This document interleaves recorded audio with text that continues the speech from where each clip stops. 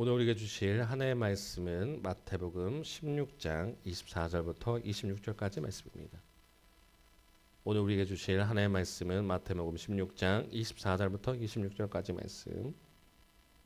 마태복음 16장 24절부터 26절까지 말씀을 저와 여러분이 한 절씩 교독하신 이후에 마지막 26절 말씀을 함께 읽도록 하겠습니다.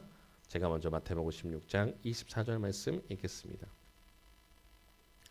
이에 예수께서 제자들에게 이르시되 누구든지 나를 따라오려거든 자기를 부인하고 자기 십자가를 지고 나를 따를 것이니라. 누구든지 제 목숨을 구원하고자 하면 잃을 것이요 누구든지 나를 위하여 제 목숨을 잃으면 찾으리라. 함께 읽겠습니다. 사람이 만일 온 천하를 얻고도 제 목숨을 잃으면 무엇이 유익하리요? 사람이 무엇을 주고 제 목숨과 바꾸겠느냐. 아멘. 우리 함께 고백의 기도 올려드리고 주의 말씀 듣겠습니다. 시작. 주님, 이 시간 말씀을 들을 때 귀로는 하나님의 음성을 민감하게 듣게 하여 주시고 머리로는 깨닫는 지혜를 주시며 가슴에는 깨달은 말씀으로 성령의 불이 타오르게 하시고 눈으로는 하나님의 비전을 보게 하시며 손과 발은 하나님의 일하심에 동참하여 움직이게 하셔서 하나님의 소원을 이루어드리는 교회 되게 하소서. 입술로 이것을 아멘 화답하는 인생 되게 하시고 코의 숨이 멈추는 그날까지 멈추지 않게 하소서. 우리를 새롭게 하여 주소서. 거듭나게 하소서. 예수님의 이름으로 기도합니다. 아멘. 오늘 말씀의 제목은 값비싼 은혜 나를 따르라. 값비싼 은혜 나를 따르라는 제목으로 함께 말씀 나누겠습니다. 할렐루야. 할렐루야. 예배 오신 여러분을 진심 환영하고 축복하고요. 우리 아까도 인사했지만 우리 앞뒤 좌우에 계신 분과 그렇게 한번 인사할까요? 주님의 이름으로 사랑하고 축복합니다. 주님의 이름으로 사랑하고 축복합니다. 네. 한 주간 잘 지내셨죠? 영적으로도 승리하셨습니까? 우리 늘 승리하는 영원교회예요. 그죠? 좋습니다. 벌써 1월 셋째 주가 된 것 같습니다. 1월달 하나님의 은혜 가운데 잘 지켜주셨고 우리가 정말 성도님들 고백하신 것처럼 한 주간도 은혜 주셨고 잘 지켜주셨는데 감기 조심하시고요. 제가 코감기 때문에 정말 고생했잖아요 이번에. 감기 이번에 좀 심하다는데 꼭 건강 유의하셔서 진짜 건강하게 승리하시길 바라고요. 1월 동안을 제가 약간 예배에 대해서 좀 많이 나눈 것 같습니다. 예배 또는 본질. 본질이 뭘까? 꼭 새해가 되면요 어떤 말씀을 준비할까? 언제든 그렇지만 늘 고민하게 되는 것 같습니다. 그러면서 하나님 어떤 말씀 준비할까요? 어떤 말씀 전해야 될까요? 이렇게 계속 기도하는 가운데 오늘은 조금 더 본질, 제자에 대한 이야기를 조금 나눌까 합니다. 제자, 나를 따르라. 값비싼 은혜 나를 따르라라고 제가 오늘 했는데 값비싼 은혜라는 게 있다면 또 다른 말로는 값싼 은혜라는 것도 있더라고요. 그래서 혹시나 우리가 어떻게 주님 앞에서 나아가고 있을까를 돌아보시면서 우리가 정말 진정한 주님의 제자, 주님의 자녀가 되시길 바랍니다. 기독교를 얘기하면 뭐 너무나도 많이 정의할 것이 있지만 가장 핵심적인 걸 얘기하자면 십자가일 겁니다. 이건 부인할 수 있는 사람이 없어요. 그렇죠? 십자가를 떠나서는 기독교를 말을 할 수가 없습니다. 그렇죠? 기독교. 자, 십자가 사건. 제가 원래 사실 또 이거보다 더 적나라한 그림을 정했다가 우리 장로님 무서운 거 못 보셔가지고 근데 아마 이 정도만 보셔도 십자가만 보셔도 아마 예수님이 떠오르실 거라고 생각합니다. 인류에게 있어서 가장 극심한 문제가 뭐냐면 사실 죽음이라고 생각하고 또 죄의 문제라 생각해요. 하나님께서 이 세상을 창조하셨습니다. 어떻게 창조하셨어요? 우리 권사님 좋아요. 우리 권사님 언제든 준비가 됐어요. 말씀으로 이 세상을 창조하셨어요. 빛이 있으라 빛이 있었습니다. 낮과 어둠을 나누셨어요. 그랬더니 주님 보시기에 좋았다고 합니다. 나눴다는 것은 거룩입니다. 구별됐다, 나눴다. 해와 달을 나눕니다. 낮과 밤을 나눕니다. 물과 땅을 나눕니다. 모든 것을 나누는 것을 만드셨어요. 그러면서 가장 마지막에 만든 것이 뭐죠? 사람을 만드셨어요. 그러면 이 사람 하나님께서 이 사람을 만드실 때 어떻게 만들어요? 자기 형상대로 만드시는데 흙으로 빚어서 이제 호흡, 주님의 호흡을 넣고 생기를 불어넣으니 사람이 되었답니다. 그러면 이 사람을 만드셨을 때 어떤 목적으로 만들었을까요? 우리 하나님께서 성경을 찾아보면 그렇게 나옵니다. 하나님께서 하나님을 찬양하라고. 하나님을 찬양하기 위해서 이 사람들 지었다는 거예요. 물론 하나님께서 우리를 만드신 분이시고 우리 아버지 되시기 때문에 우리를 돌보시는 것도 있지만 우리가 이걸 먼저 놓치면 안 돼요. 하나님께서 먼저 우리가 하나님을 예배하라, 하나님을 찬양하러 만드셨다는 거예요. 그리고 우리가 스스로 피조물인 우리가 창조주이신 하나님을 찬양하고 예배하도록 하나님 뜻에 살도록 만들어졌다는 거예요. 근데 인류의 죄가 어떻게 왔습니까? 우리가 선악과를 따먹은 것만 우리가 죄로 알고 있지만 그거는 이제 행위고요. 드러난 행위고 그 본질을 보게 되면 그것입니다. 하나님께서 이 에덴 동산이라는 걸 지으셨고 아담을 지었어요. 근데 아담이 혼자 있으니까 너무나도 외로울 것 같아서 잠들게 하신다면 어떻게 해요? 갈비뼈를 취하셔서 사랑하는 여인을 만듭니다. 그때는 이름은 아직 이브예요.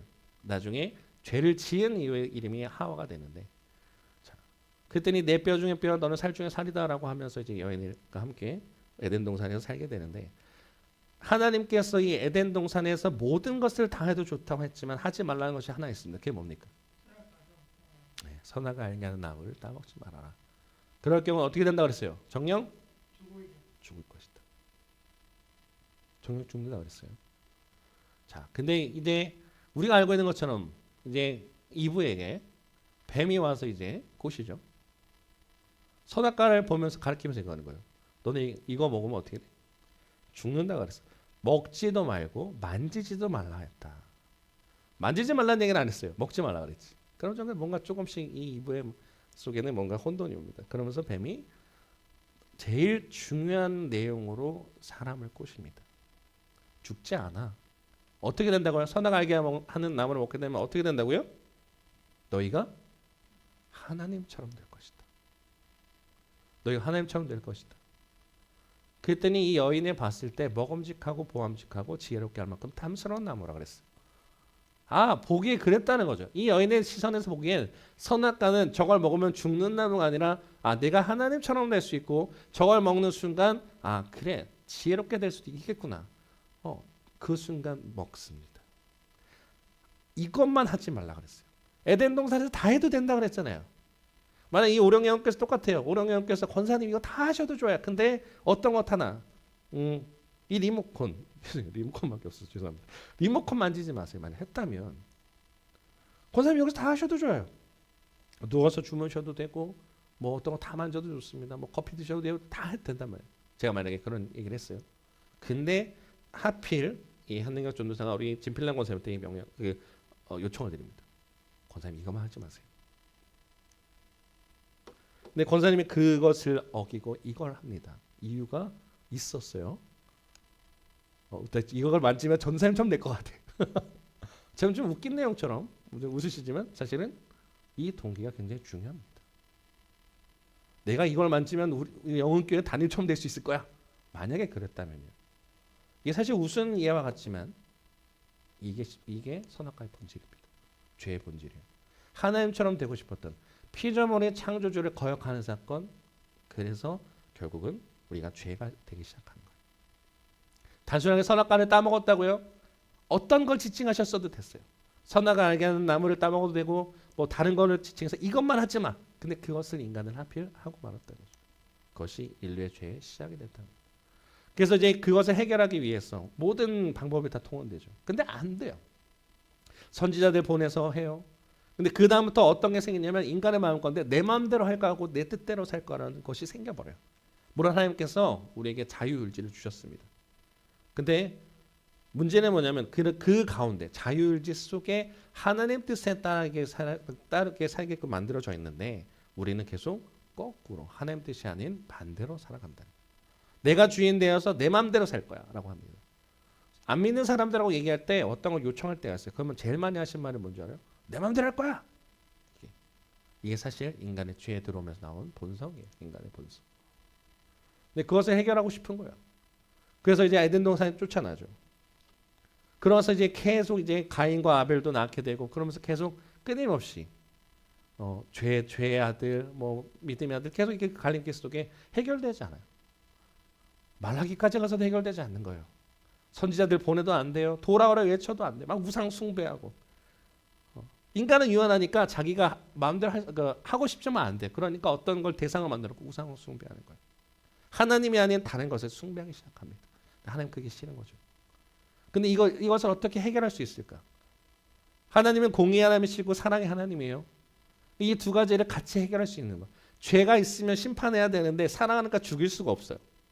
그럼 이들을 살릴 수 있는 방법은 뭘까? 계속 하나님이 고민하셔서 나온 것이 우리가 잘 알고 있는 이 십자가 사건이라는 거예요. 당신의 사랑하는 아들을 이 세상에 보내십니다. 여러분 한번 생각해 보세요. 여러분의 모든 것을 다 가지고 있고 그 왕좌 또는 왕자 또 공주라고 해보십시다. 근데 가장 싫은 것을 다 버리고 어떤 것을 하기 위해서 보내줘요. 어떤 목사님이 그런 표현을 쓰시더라고요. 예수님은 이 땅에 오신 게 행복했을까요? 여러분 생각해 보세요. 다 가지신 분이라고요. 다 그런 분이 하나님과 동등하시다는 분이 굳이 우리를 살리기 위해서 이 땅에 내려오셨어요. 그것도 이유가 알고 있잖아요. 예수님을 죽기 위해서. 어떻게 보면 그냥 이 피조물들 그냥 이 세상을 죄송해요. 표현이 좀 거칠 수 있습니다. 하나님께서 이 세상을 없애버리시고 다시 만들 수도 있는 분인데 뭐하러 굳이 사랑하는 아들까지 내주시면서 그러셨을까? 우리 너무나 사랑하셨기 때문이라고 합니다. 그러고 나서 이 땅에 인간의 몸으로 오셨는데 얼마나 정말 처절하게 돌아가셨어요. 인간이 받을 수 있는 고통을 다 당하시고 십자가에 달려서 돌아가셔서 우리를 정말 살리시기 위해서 그럼 정말 희생하셨다는 거죠. 그걸 예수님의 공로라고 합니다. 그러면서 우리를 죄인된 우리를 의인 되었다 칭해 주시는 거예요.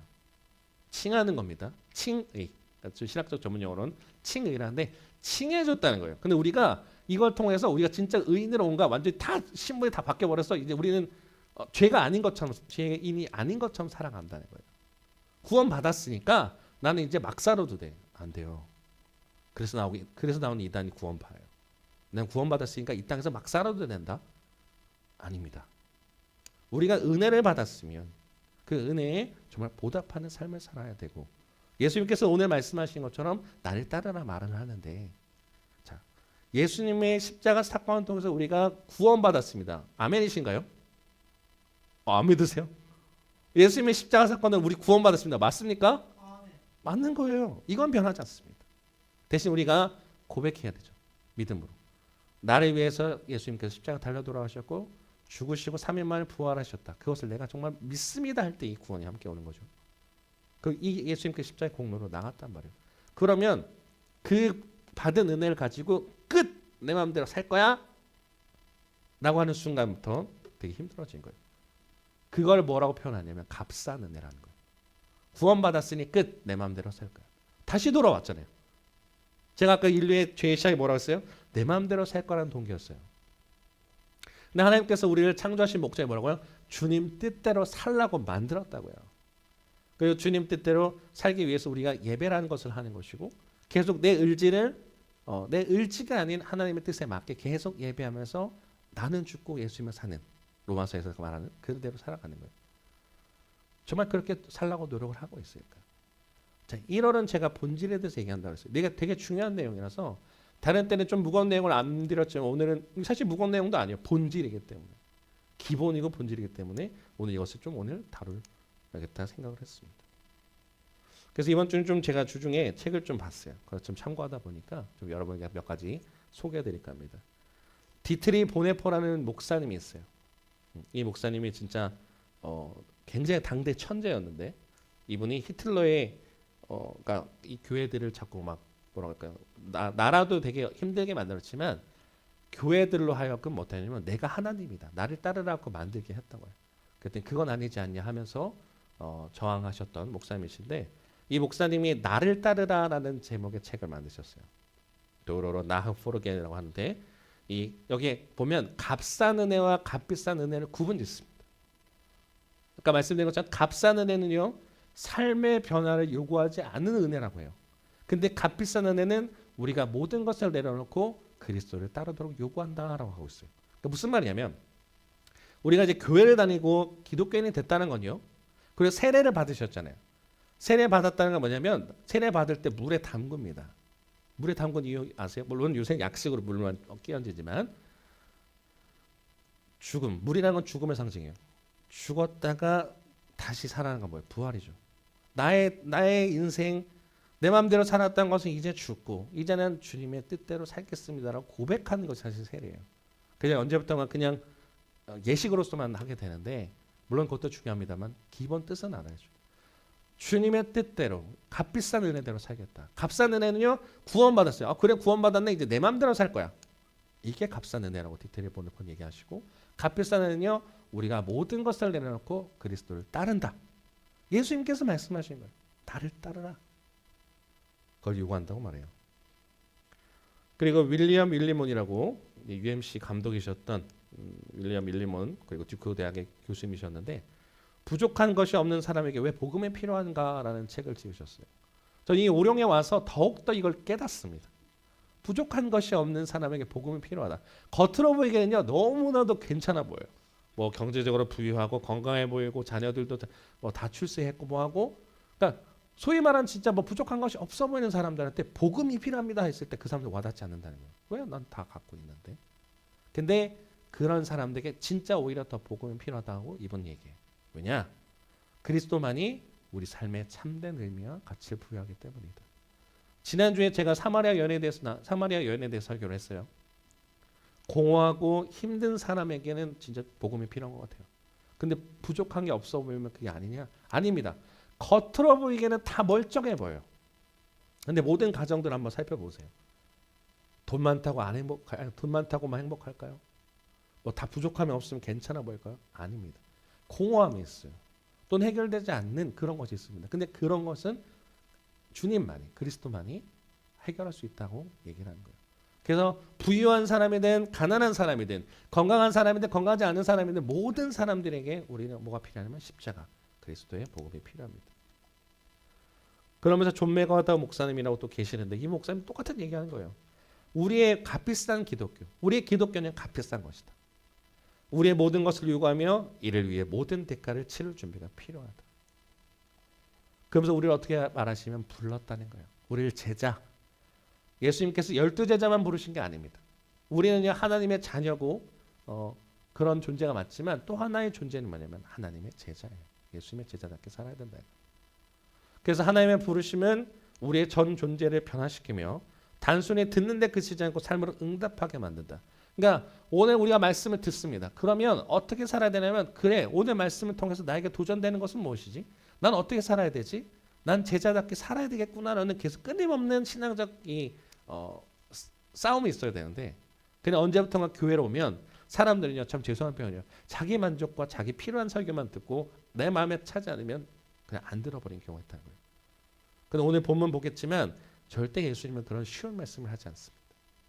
그래서 오늘 제가 세 가지 구절을 가지고 같이 나눌 텐데 우리가 예수님의 제자가 된다는 건 뭐고 우리가 삶에서 어떻게 그러면 진짜 본질 기독교인대로 살 수 있을까? 세 가지 통해서 함께 좀 말씀을 나누고자 합니다. 자, 첫 번째 내용은 뭐냐면요. 자, 같이 한번 읽어주실래요? 자, 같이 한번 읽겠습니다. 시작.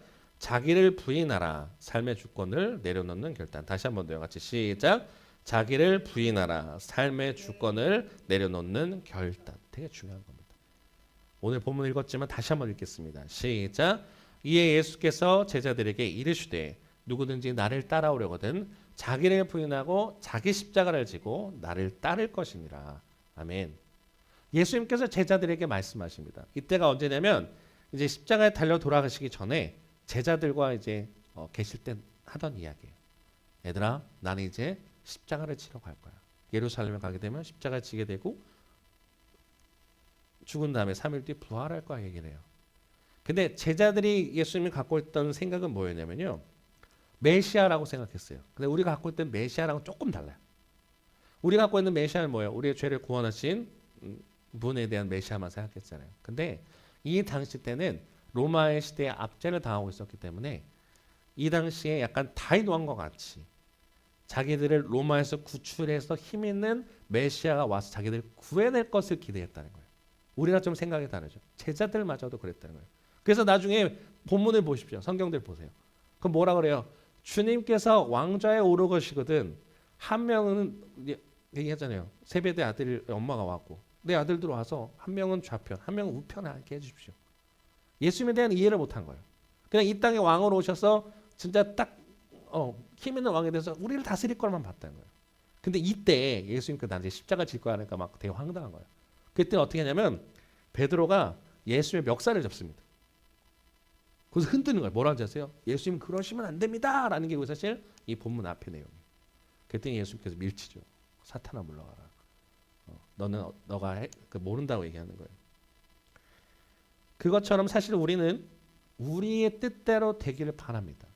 우리 삶을 살아갈 때 예수님께서 나를 십자가에 위해서 달려 돌아가시고 구원하셨어요. 좋아요. 그건 좋은 거야. 왜냐하면 내가 살 수 있으니까요. 구원의 문제가 해결되니까요. 근데 문제는 뭐냐면 나를 따르래. 그냥 따르는 게 그냥 그대로 유지 당하고 나서 잘 따르면 좋겠지만 다 모든 것을 버리고 따르래요. 그게 싫어지기 시작하는 거예요. 근데 본질을 찾아가게 되면요. 잃는 것 같지만 다 얻게 됩니다. 내려놓음이라는 책 혹시 읽어보신 분인지 모르겠어요. 내려놓음이라는 책. 이용규 선교사님. 그러니까 하버드 나오시고 나중에 몽골 선교하셨던 분인데 내려놓아야 채울 수 있게 되는데 우리는 언제부턴가 너무 갖고만 싶어요. 근데 여기서 자기를 부인한다는 게 뭔가 봤더니 자기 욕망과 의지를 철저히 부인하고 자기 중심적 삶을 포기하는 거예요. 그러니까 지금까지는 이렇게 살았겠죠. 나는 내가 어떻게 하면 이 세상에서 잘 살 수 있을까? 잘 먹고 잘 살 수 있을까? 어떻게 하면 내 이름을 드높일 수 있을까? 자기를 위한 삶이었어요. 근데 예수님께서 뭐라 하세요? 나를 내려놓고 자기를 부인하라. 자기를 부인하는 게 나는 없어요. 그냥 말로만 하는 게 아니에요. 이제는 내 뜻이 아니라 하나님 뜻대로 살겠습니다라는 고백과 도전인 거예요. 그래서 아까 보네퍼 목사님 말씀드렸는데요. 이런 얘기를 하세요.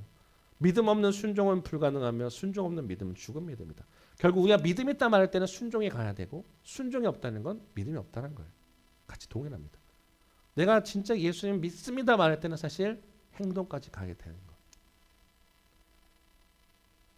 윌리엄 윌리먼 목사님도 얘기하세요. 우리 삶의 부족함이 아닌 우리 자만심이 복음을 가로막는다.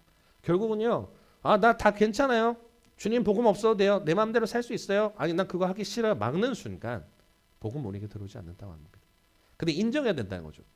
나는 정말 다 괜찮아 보이지만 내 삶엔 주님 없으면 안 됩니다라는 게 지금 따지고 보면 진짜 주님 없으면 내가 아무것도 아니고 나는 인정한 순간 그때부터 복음의 문이 열리기 시작해요. 진짜 믿음이라는 게 들어오기 시작한다는 거예요. 근데 대부분의 사람들은 이 교만함에 있어서 자기를 부인하지 않아서 진짜로 주님 앞에 나가지 못한다고 합니다. 그럼 이제 어떻게 나가야 되느냐? 두 번째입니다. 같이 읽겠습니다. 시작. 자기 십자가를 지라. 고난 속에서 드러나는 믿음. 25절 읽겠습니다. 시작. 누구든지 제 목숨을 구원하고자 하면 잃을 것이요 누구든지 나를 위하여 제 목숨을 잃으면 찾으리라. 아멘. 이 내용을 오해하시면 안 돼요. 가끔 그럼 나보고 죽으라는 내용이냐? 이렇게 오해하시는 분들 아닙니다. 근데 여기서 또 앞에 내용을 잘 보셔야 돼요. 누구든지. 특정한 사람만 할 수 있는 게 아닙니다. 뭐 정말 내가 정말 준비가 다 돼 있어서 할 수 있는 사람인 게 아니라 누구든지는 정말 아무에게나 할 수 있다는 예수님의 이야기예요. 제 목숨을 구원하고자 하면 잃을 것이요 누구든지 나를 위하여 제 목숨을 잃으면 찾으리라. 그럼 주님께서 사랑하는 자녀들에게 너네 죽어라 그러면 살 수 있다 이 얘기하시는 게 아닙니다. 자기 목숨을 잃으면이라는 건 뭐냐면요. 나의 생명을 하나님께 내어드리겠다고 이제 각오하는 거예요. 그래서 고난 속에서 어떻게 보면요. 십자가의 은혜는요. 어떻게 보면 우리가 대가를 치러야 될 수도 있어요. 대가를 치러야 될 수 있어요. 쉽지 않습니다. 근데 이렇게 보면 좋습니다. 예수님을 따르는 삶은 우리가 소유한 모든 것을 포기하게 되는 것 같아요. 어떻게 보면 우리가 갖고 싶은 명예를 내려놔야 될 수도 있어요. 권력을 내려놓을 수도 있어요. 경제 모든 것 다 내려놔야 될 수도 있습니다. 근데 그것을 내려놓을 때, 그 집착을 내려놓을 때, 그 소유를 내려놓겠다고 정말 다짐할 때 주님께서 오히려 채워주시겠다는 거예요. 세상에 줄 수 없는 충만함으로 채우신다. 그러니까 우리가 이렇게 놓으면 잃어버린 줄 압니다.